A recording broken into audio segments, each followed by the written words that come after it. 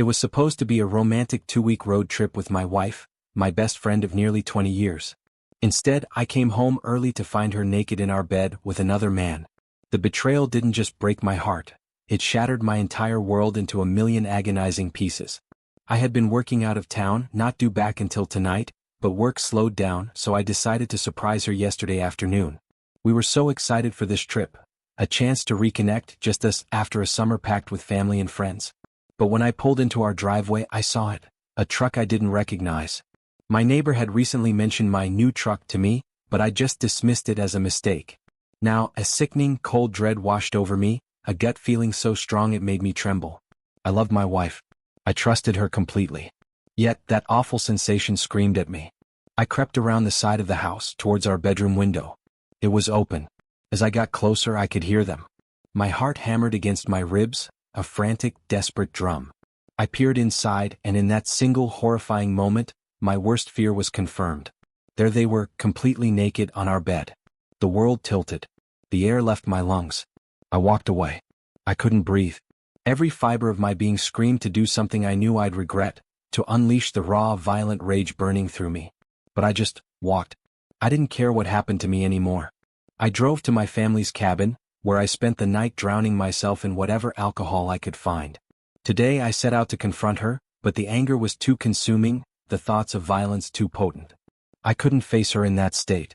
I'm back at the cabin now, staring at a 60-ounce bottle of rum for an hour. I want to forget, to numb the pain, but I can't afford to make any more bad decisions. This is a critical moment, and I know my next moves will dictate the rest of my life. I'm not ready to talk to family or friends, so I'm reaching out to strangers, desperate for some kind of anchor. The outpouring of support and advice I've received has been absolutely unbelievable. Honestly, I choked up just realizing how many incredible people are out there, willing to help a complete stranger. It's given me a sliver of hope for humanity at a moment when I needed it most. The only downside is I'm completely overwhelmed, over 600 private messages and hundreds of comments. I want to thank each of you individually, and I will try, but it'll take time. So for now, a huge, heartfelt thank you to everyone for your kind messages and invaluable advice. It truly means the world. I've seen a few recurring questions and I wanted to clarify. If you can't tell, I'm feeling a lot better today. The sharp, agonizing pain has almost completely subsided, though I still feel like I've been punched in the gut. But somehow, after just 2 days, I've started looking to the future. It feels unsettlingly fast. Is this the calm before the storm, or am I just freakishly resilient? When I said wife and best friend, I meant the two profound roles she played in my life. The other guy? Not my best friend, not even someone I knew. I only got a quick glimpse, but from his vehicle, I don't think he's in my circle. No, we don't have kids, though we were planning to soon. We'd even just sold our house and were set to move closer to my job in September. Oh, and I am definitely going to thank my neighbor, subtly, just like he did for me. Many of you asked about the signs I mentioned overlooking. Looking back, they're so obvious now, but at the time, I was blinded by love. She started texting abnormally late at night. She began going out for after-work drinks regularly, which wasn't like her, but I was just happy she was being social. She claimed weekly yoga, but apparently wasn't paying. A coworker was the instructor, and she was helping with setup and cleanup. I did think she was awfully inflexible for a yoga enthusiast, but again, I dismissed it. And then there were the unknown caller hang-ups. We always answered each other's phones, but several times when I picked up, it would be an unknown number that immediately hung up. We get spam calls, sure, but usually it's a telemarketer. Hang-ups were rare. By the way, if you're still with me and finding this story impactful, please make sure to hit that subscribe button. More unbelievable stories are coming, and your support helps me share them. The update to this mess started when my brother Matt arrived. We had a long, raw talk. In that moment, I realized he was my true best friend, and I vowed never to forget that he'd always be there without judgment, just as I would be for him. He truly sets the standard for what real friendship is. Since I was supposed to be home last night, I decided to reply to my wife's text. I told her I was sent to a remote company site and wouldn't be able to call until the end of the weekend, and that I'd cancel our road trip reservations and rebook later. She immediately suggested she could take her best friend to the romantic vineyard bed and breakfast I'd booked. I knew with a sickening certainty that it wasn't the friend she wanted me to think it was. I told her I'd already given the non-refundable B&B to my brother and his wife, and they'd pay me back. This morning I canceled everything except that B&B. Matt is coming with me. Fortunately, the hotel let us switch from the honeymoon suite to a room with 2 beds. There's also a beautiful lake and boat rentals nearby, so our romantic getaway has officially morphed into a much-needed fishing trip with my brother. This means I'm free for the weekend, no need to text or talk to her for a few days, which is a huge relief. It gives me precious time to think. Right now, my mindset is firmly on divorce. I honestly can't see any other way forward. Matt is incredibly supportive, but he's asked me to take a few weeks and speak to someone.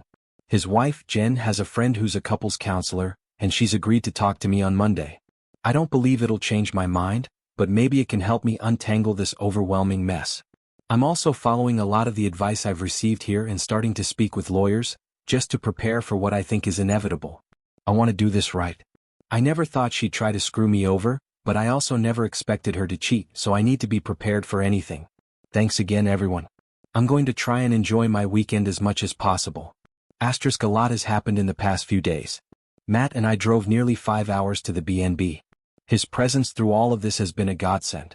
It was less a vacation and more a non-stop venting session, but it truly helped clear my head. After whining to him for the better part of the drive, I just wanted some alone time. He went out for dinner, graciously bringing me back food, and even managed to rent a boat for the next day. On Saturday we hit the water. The B&B owner, knowing our fishing plans, kindly packed us a small cooler of food and drinks, their version of making a romantic package useful for 2 brothers. It was a thoughtful gesture. The fishing wasn't great. We caught a couple of trout we had to release, so those snacks from the B&B really saved the day. We quit fishing mid-afternoon, then drove around to all the vineyards and fruit stands, buying cases of wine and treats for Jen. That night we found the biggest tomahawk steak we could. Sunday we drove back to Matt's place about an hour from mine. Jen was there when we arrived and we cracked open a bottle of chilled white wine. That's when the weekend officially ended for me. Jen told me that while we were away she decided to do some spying. She confirmed that the guy was at my place all Friday night. On Saturday morning she managed to get there just as he was leaving, and she followed him straight to his apartment. My wife stayed over there that Saturday night, the very same night she was texting me telling me she loved me and missed me. Jen said she'd been splitting her time between visiting family in my town and stalking my wife. And on Sunday morning she caught my wife leaving his apartment and even snapped a few pictures of them hugging and kissing. I don't ever want to see those pictures. That sealed the deal for me. How could I ever trust her again if she could switch her emotions on and off so easily, professing love to me while being with another man? Still, I forced myself not to react with a knee-jerk emotional outburst. I had to remain calm and level-headed. That's when Jen reminded me Sharon, the counselor she'd set me up with, was coming over for dinner. Sharon and I had never met before, but she was wonderful. After dinner we took the dogs for a walk around Matt's neighborhood, just us for a private conversation. Sharon was an incredible listener. She made me feel completely unguarded. It was incredibly therapeutic to freely describe my feelings. It was different from talking to my brother, and deeply needed. It's the same reason I find writing this online so helpful. It's a cathartic vent that helps untangle the knots in my head. Our walk lasted an hour, and Sharon's only real advice was not to delay the conversation with my wife. She said the longer I waited, the harder it would become. I needed clarity more than anything, and only my wife could give that to me. Later that night, Jen and Matt offered for me to stay with them indefinitely. While I appreciate it, Matt and I definitely have an expiry date for close quarters. So I called my boss, who was able to arrange for me to stay full-time in company housing for a few months, rather than just every second week. I rebooked with Sharon for later this week. Our walk had certainly sufficed for the first session. I spent Sunday night just lying in bed, agonizing over how to approach the inevitable confrontation. Even imaginary scenarios in my head filled me with anger or sadness. Eventually, I decided I'd just have to wing it. I'm usually good under pressure. Yesterday, I said my goodbyes to Matt and Jen and drove towards home. I wondered, what if he's there when I arrive? That thought alone almost sent me back to the angry, violent place I was a few days ago. So, I decided to do a drive-by first. Neither his truck nor her car was there.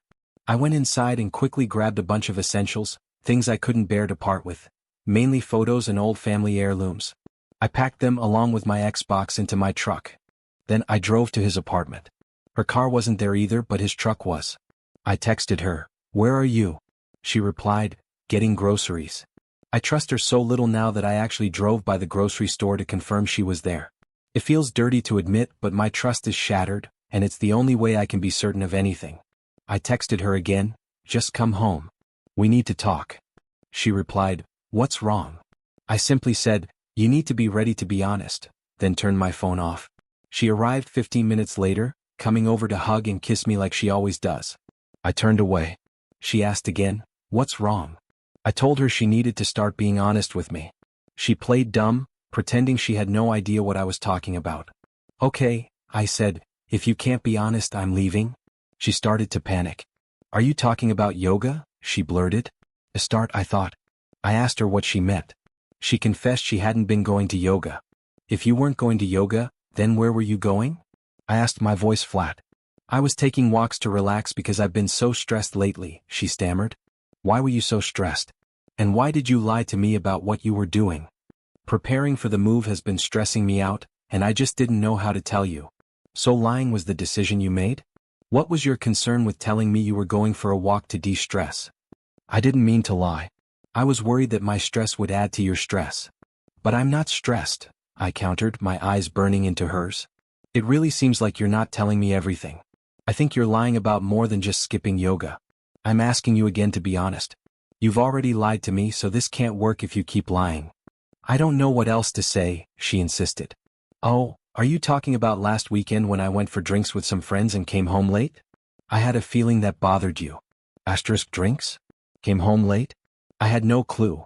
I'd been hours away at work. "Is that what you actually did that night, or was that a lie as well?" "I went for drinks that night, but I didn't see her best friend who she supposedly was with that night." "Who did you see?" "No one. I just drank alone." "You drink alone now?" "Yeah, maybe I have a problem." "Maybe we'll talk about that later," I said, my voice dangerously calm. "Last chance. Be honest or I'm leaving." "Oh, I don't know what else to say." "Okay," I said, rising to my feet. "I'm leaving." Usually when we argued, I'd go for a drive to cool off. She probably thought this was the same. But then she must have realized I'd taken my clothes, my toiletries, and even my Xbox. My phone started blowing up. I texted her back, "I gave you a chance to be honest and you didn't. There's nothing left to say." She begged and pleaded with me to come home to talk in person. She said she had no idea why I was so upset, or what I thought she'd done. She kept repeating, "I love you and would never hurt you." Just hearing those words tore a new hole in my chest. They used to be comforting words I believed without question. Now they were a dull, jagged knife sawing through my heart in the most devastating way. I couldn't handle it, so I hung up. She called back about 40 times before I was ready to answer again. This time she said, "Did you talk to Karen?" I asked why. "Come home." "I don't want to say this over the phone." I agreed, driving around a little longer to get my heart rate back down, then went home. "I assume you spoke to Karen?" she started, eyes wide with feigned innocence. "Her?" I replied. "Well, a few weeks ago while you were at work we went for drinks. A couple of guys started buying us drinks, so we just played along. When we were leaving, one of the guys tried to kiss me. I pulled away immediately and told him I was married. I felt so bad about it and wanted to tell you, but I'm an idiot and just decided to hide it from you. Karen hooked up with the other guy and gave his friend my number without asking me. He has texted me a few times since, but I have never written him back."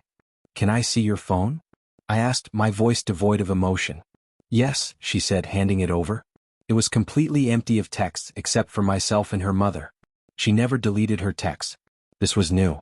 I checked her photos, also clean. But then I checked the deleted photos and found one of a guy I didn't recognize. "Who is this?" I asked, holding it up. "That's the guy who tried to kiss me," she mumbled. "Why did you take a picture of him?" "I was just being stupid." "That's not a reason. Why did you take a picture of him?" "I don't know." "Is that everything you want to tell me, or is there more?" "That's all I can think of." Once again I left. I refused to be trickle-truthed. I got in my truck and drove away. She ran outside trying to stop me, but I was already out of reach. I went to a nearby park, sat on my tailgate and ate my lunch, trying to figure out what to do next. While there, memories started resurfacing, things I should have been more aware of, moments that now clicked into a terrifying pattern. I remembered a weekend shift when I was in bed early. My wife went to the club with some girlfriends. I woke up at 4 a.m. and she still wasn't home. I called a few times, no answer. About 30 minutes later she called me back asking if I'd come get her. When I picked her up, she told me they couldn't hail a taxi. A couple of guys her friend knew stopped and offered them a ride, but wanted to stop at their home first. When they got to the guy's house, her married friend went into a room with one of the guys. My wife claimed she spent some time looking for her, then gave up and just had a drink in the kitchen with the roommates while she waited. She claimed she didn't hear her phone when I tried calling. We fought about it, and she claimed to be disgusted by her friend's actions, cutting her out of her life. I thought that was over. Another time she traveled to visit a close friend in a different city. It was a planned girls' night, 4 girls getting drunk and watching movies in their PJs, or so I was told. Then she called me around 1 a.m. to say goodnight. We spoke for about 20 minutes, and she repeatedly told me they were having a great girls' night. Then I heard a guy's voice in the background. I asked who it was and she denied hearing anything at first. Then it happened again louder. She couldn't deny it. "Oh yeah," she said, "X took a couple of guys with her. Everyone here is super pissed about it. She was drunk 3 hours away. She left me no choice but to trust her again." We fought about that too, about why she refused to tell me they were there. She promised never to put herself in that type of situation again. Clearly that didn't stick. After remembering all of those incidents and the heated conversations we'd had about them, I was ready to give this one last shot. I turned my phone back on. Almost immediately it rang. I answered. It was her, screaming for me to come home. I drove back to the house. Walked inside and was immediately confronted by her, absolutely bawling, sitting on the couch repeating, "I'm so sorry. I'm so sorry." "Sorry for what?" I asked, my voice chillingly calm. She began rocking back and forth like a madwoman, hyperventilating. It took her a good 5 minutes to catch her breath enough to speak. "I lied about the guy who tried to kiss me," she choked out. "Okay," I said, "tell me what happened." "The 4 of us actually went back to his place that night. We fooled around." Fooling around? I knew it was more than that, but just hearing her say it made me feel dizzy. The room seemed to shrink and it felt like a million people were screaming in my ears at the same time. I think I was having a panic attack. I went to the bathroom and splashed cold water on my face until things returned to normal. "What did you do?" I asked, my voice still flat. "Do you want me to actually tell you?" she whispered. "Yes." He fingered me and I gave him a blow job. "Was that it?" "Yes."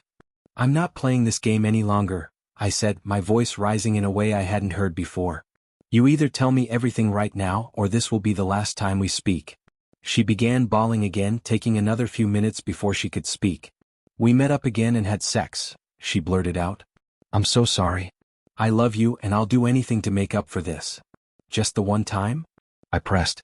"If I tell you the truth, please give me a chance to do anything I can to make up for it. Please." "I'll think about it."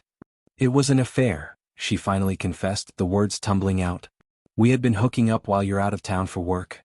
It's been going on for almost a month now. He is married and they are about to get divorced." "A month?" My stomach churned. "Does he know you're married?" "Yes." "If he's having an affair because his marriage is failing, does that mean you think ours is failing? Is that what you told him?" "No, I don't think ours is failing," she cried. "I'm so stupid. I hate myself. Please don't leave me. I can fix this." "How?" "Whatever you want. If you were in my shoes or even his wife's shoes, what would fix this for you?" I asked, watching her face. "Knowing the truth. Being able to trust you to mean what you are saying. You can trust me. I screwed up and won't do that again. If you were his wife, wouldn't you want to know the truth?" "Yes." "Then fix this." "You want me to call her?" she asked, her eyes wide with a new kind of panic. "If you think that is what you would want." She tried calling but never got an answer. A few minutes later her cell phone rang. It was listed as Karen Work. She looked utterly shocked. I knew that wasn't Karen. "Is that him?" I asked. She nodded. I answered. Being the coward he was, he said, "Oops, I must have the wrong number." "No," I said, my voice steady, "this is the husband of the girl you've been cheating with. I'm going to let you speak to her because she has something to say to you." I passed her the phone. "I told him everything," she said into the receiver, her voice shaking. "He knows the entire truth. We're done. It was just a fling and now you need to never contact me again." I asked to see the phone before she hung up. "What divorce lawyer are you using?" I asked him, holding the phone. "I'm not getting divorced," he stammered. "Oh, but didn't you tell my wife that you were?" "No." "Okay then. Can I speak to your wife? I feel she has as much right to know about this as I do." "Please man, I didn't know she was married. Don't ruin my marriage over a mistake." "You ruined mine over a mistake. It's only fair that I tell your wife." "Please don't. She's at work right now. I will tell her everything when she gets home, I swear." "Okay, you do that," I said and hung up. I asked my wife if she knew where his wife worked and her name. She did. I had my wife call over and ask for her at work. She got her on the phone and told her to take a seat. This woman said she was just getting ready to leave for the day and she would call my wife back from her car. She did. What's going on? His wife asked, her voice tinged with irritation. I have something terrible to tell you and I don't want to cause any accidents. Please don't drop. My wife started, her voice trembling. Onji, did something happen to his name? His wife interrupted, panicked. No. He's at your apartment right now. I'm just letting you know that we have been having an affair for a month now. I'm coming clean to my husband right now and thought you should be given the same respect. There was silence for about a minute. Then a cold, hard voice came through the phone. If this is some sick joke, I will find out who you are. Then she hung up. Not even 10 minutes later, my wife got a text from Karen Work. His wife's contact name for him, I realized. It read, "Thanks. You just ruined my life." I grabbed the phone and wrote back, "You just ruined 4 lives and 2 marriages. Don't forget that this was your fault, you piece of shit." For the next hour, my wife begged and pleaded with me to stay. She offered counseling, she offered to never leave my side, she even offered me sexual favors. This was everything I expected, thanks to the warnings from comments online. Then she said, "We should go on that vacation." My treat.